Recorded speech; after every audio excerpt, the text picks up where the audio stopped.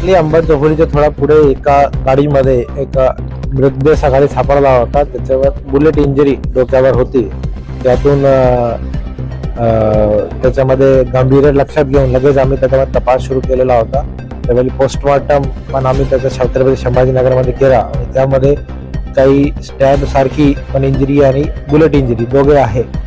Plus तसेच ज्यावेळी CCTV तपासले आणि इतर आम्ही सगळा तपास केला तर मर्डर हा प्रकार असा असू शकतात असा डाऊट आल्यावर त्या अँगलने तपास सुरू करण्यात आला. त्यामध्ये 2 आरोपी कल्याण भोजने आणि कमलेश झाडीवाले या 2 आरोपीला पोलिसांनी अरेस्ट केलेला आहे. प्रायमा फेसी कल्याण भोजने आणि मेहताचा काही पैशाचा देवाणघेवाण होता. त्यातून यांनी ही कॉन्स्पिरसी रचून कमलेश झाडीवाल्याला सोबत घेऊन हा घटना अंजाम दिलेली आहे.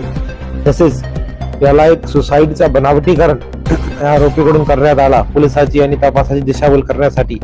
पण हे सगळं आमची सायंटिफिक इन्व्हेस्टिगेशन फॉरेन्सिकची पण आमचे एक्सपर्ट आम्ही बोलवले होते. त्यातून हे मर्डरच आहे हे प्रॉपरली निष्पन्न केलेलं आहे.